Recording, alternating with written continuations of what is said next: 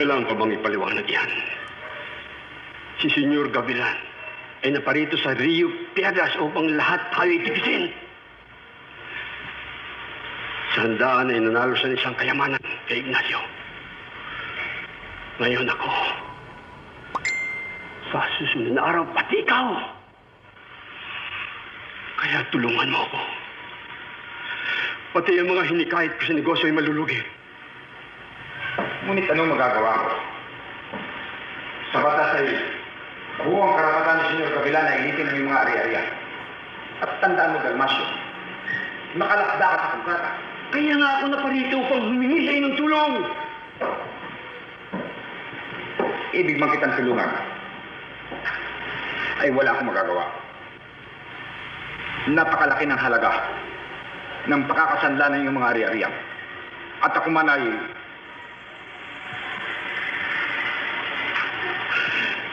anong uri ng iyong pagkakaibigan? Iiwanan mo ako ngayon sa ganitong kalagayan? dinaramdam ko.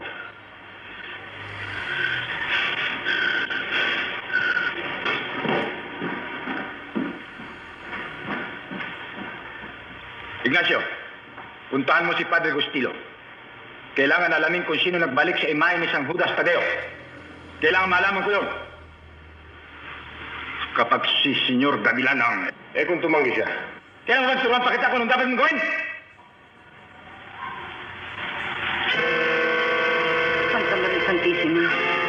Lorenzo, ano kaya mangyayari sa atin? Sino ba itong Senyor Gavilan?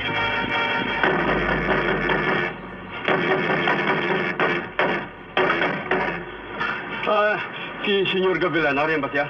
Sino po sila? Ako si Don Dalmasio Santa Ana.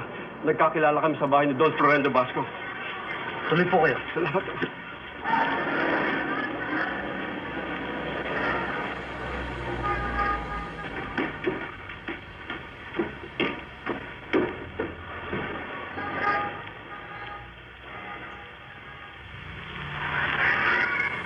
Si Don Dalmasio Santa Ana. Ano po mapaglilingkod ko sa inyo?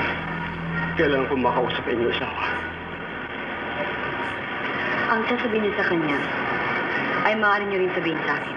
Subalit ang pakay ko ay negosyo. Siya ang kailangan kong makausap. Kung ganoon, sa ibang araw na kayong bumalik. Ngunit hindi ako maaaring maghintay. Kailangan... Senyora, ang aking... Hindi ko malaman kung paano ako magsisimula. Ihilingin ko sana sa inyo asawa na bigyan ako ng palugid. Kapag ngayon niya inilit ang aking mga ari-arian, wala nang maiiwan sa akin kundi kahihiyan. Marami sa aking mga kaibigan na sumama sa negosyo ito. Paano kung mapapaliwanag sa kanila na kami nalugi? Na lahat ng aming kapital ay wala na. Una ko nilang lubos na pinagkatiwalaan.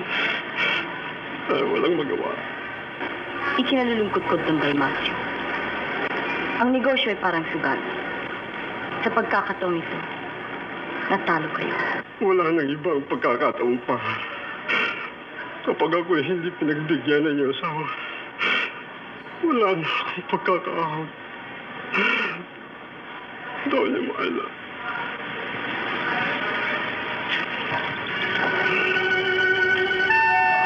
Tuod ako nag-iusap sa'yo. Nag-iusapan mo si Senyor Gabriel. Awa sa akin. Alam ko makapagin kayo. Awa kayo sa akin. Palaging karangalan na salanan. Hindi na pala yung aking kayaman. Doña Maela.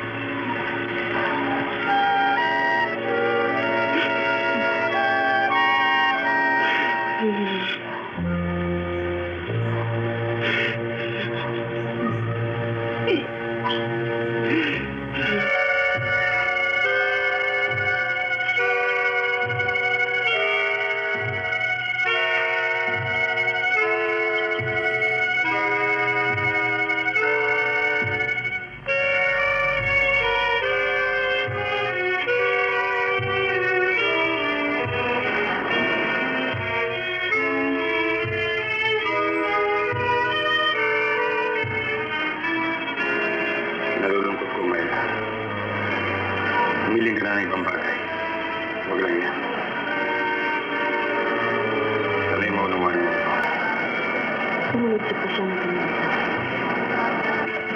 Senyor Gabilan, maawa kayo sa akin. Isang pagkakataon lang hinihingi ko sa inyo. Maawa kayo sa akin, Senyor Gabilan. Maawa kayo sa akin.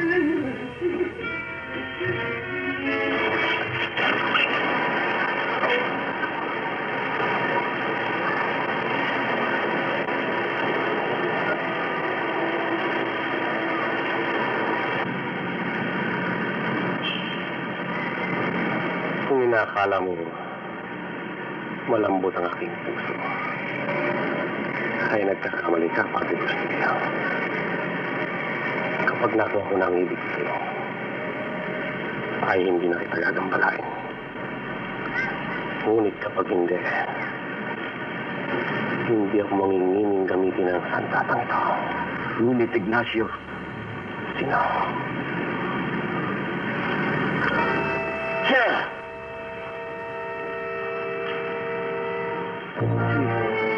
Si Senyor Gabilan.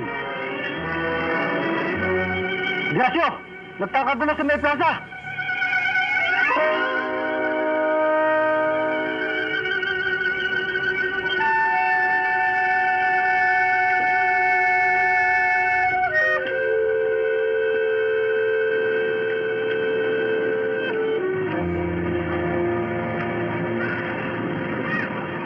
Sarang hangal, Dalmasio.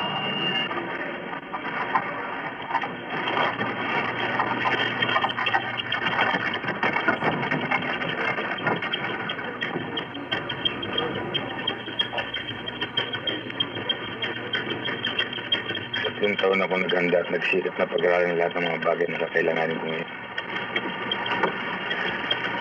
Nalulungkot ko ang kanyang pagpapatiwakas. Hindi yan ang aking hangarin. Subalit may mga bagay sa buhay na ito na hindi natin mapipigilan.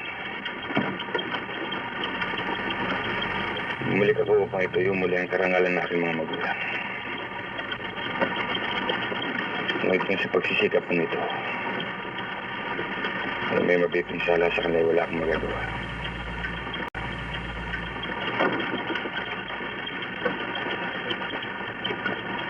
Napakalaki ng naitulong mo sa akin, Myla.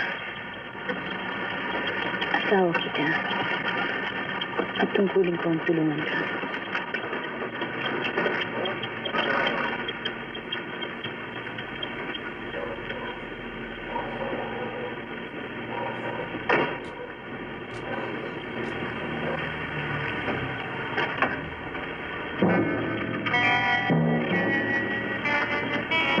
Kanina pa ako naghihintay, Senyor Gabilan.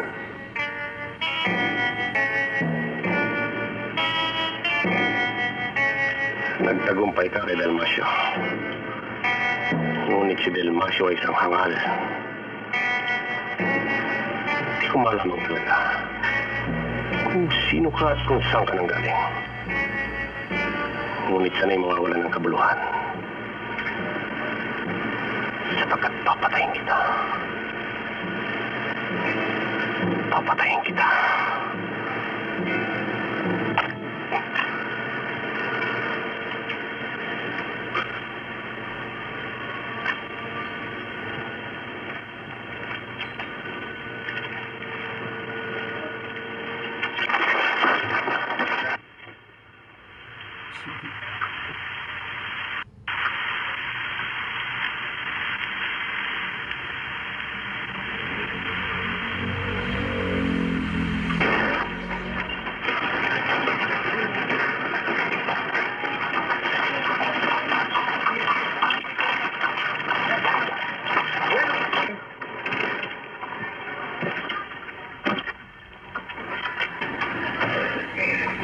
Senyora, Senyor Gabilan, may ibig ipabot sa inyo si Don Florendo Basco. At ako'y inutusan niya na paratingin sa inyo na kayo'y hinahamon niya sa isang labanang marangal. At sa palagay ko, ang sanhin nito ay hindi ko na dapat ipaliwanag. Bilang si Don Florendo ang tumanggap ng agrabyo, karapatan niya ang mamili ng sandatang gagamitin sa desafio. At ang kanyang napili, espada. Sabihin mo kay Don Florento, Tinatanggap kong kanyang hamon. Kung ganoon, karapatan nyo rin magsama ng isang segundo. At kung papayag kayo, magkikita kayo sa likod ng simbahang bukas ng umaga, pagsikat ng araw. Maasahan niyo ako. Tungkulin ko rin ipaalam sa iyo na ang labanang ito ay hanggang kamatayan. Senyora? Senyor?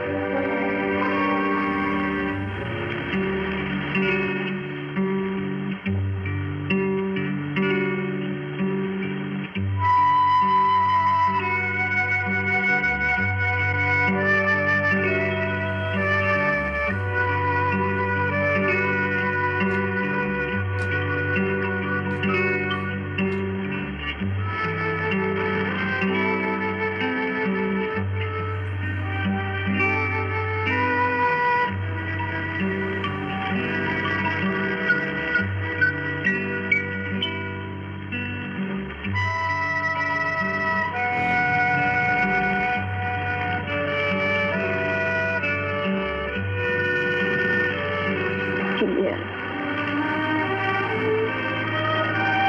Tungkol pa sa aking pagkabata, ay tinuro sa akin na ako'y dapat maging matatag. Hindi lang sa pag-ibig, kundi sa paniniwala. Kaya,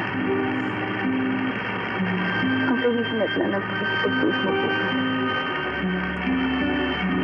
at hindi ko dapat napag-alinlangan. Magtatagumpay ka. Yan ang silig na pininiwala sa akin na ako't iisipin.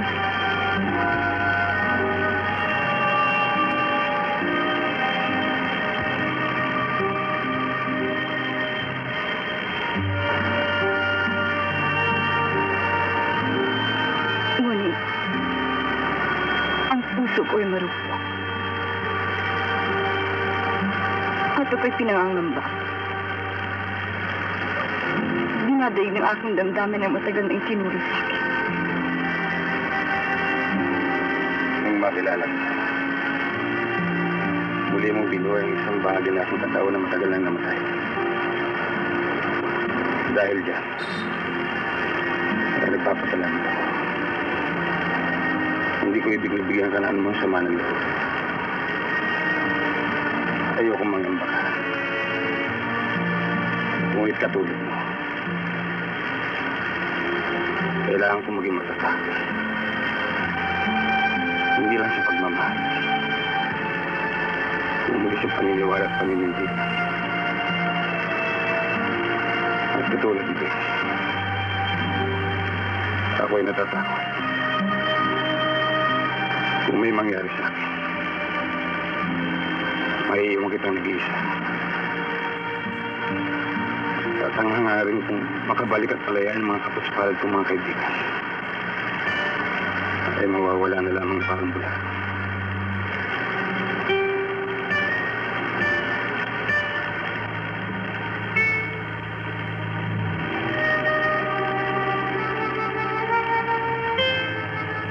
Mananatili ako sa tabi mo ano man ang mangyari.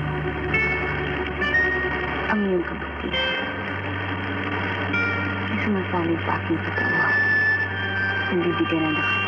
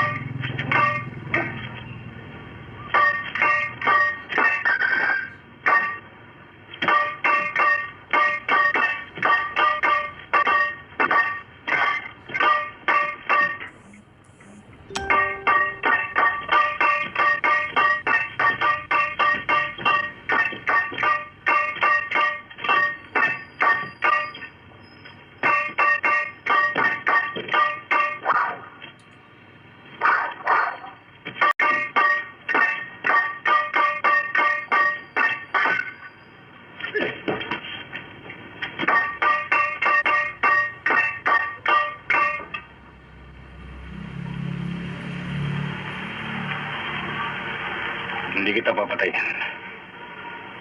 Bibigyan kita ng isang pagkakataong hindi binigay sa akin, Ama. Hindi mo na ba natatandaan ang taong pinatay mo ng walang laban? Dito rin sa pook na ito. At isang maginang pinatapon sa malayong pulo. Ako, katulad mo rin, ay isang Basko.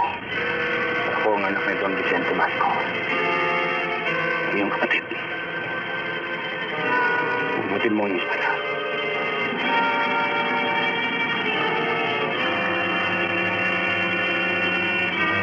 Ulutin mo. Kung ganun, pinakikilala mo yung karugang. Manatili kang buhay. Ngunit isang taong walang dangal.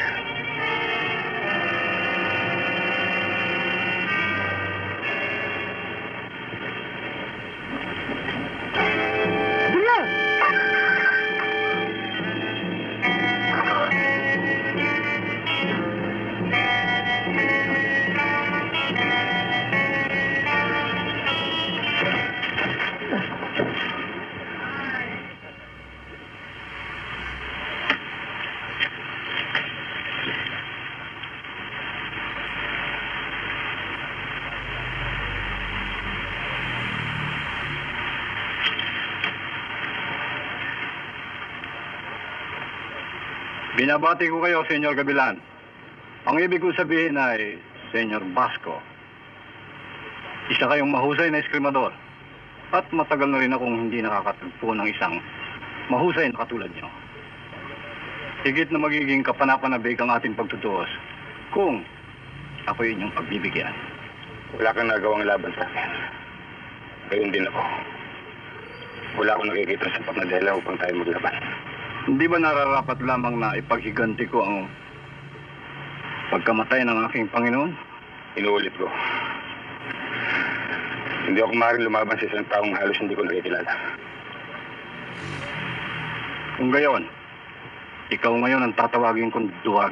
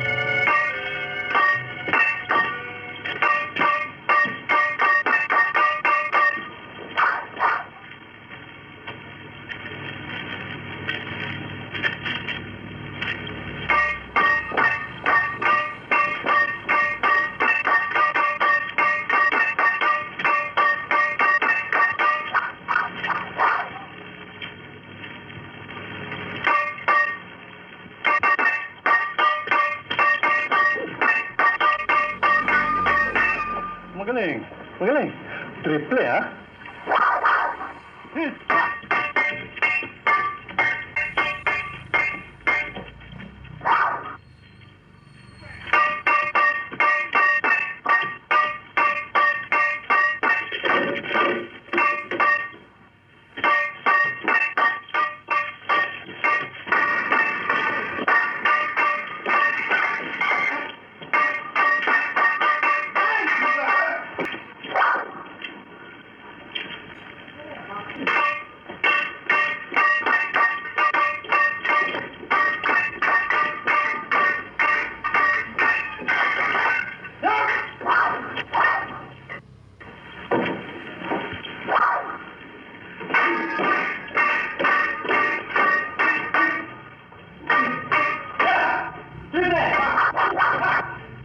Touché, Senyor Basko.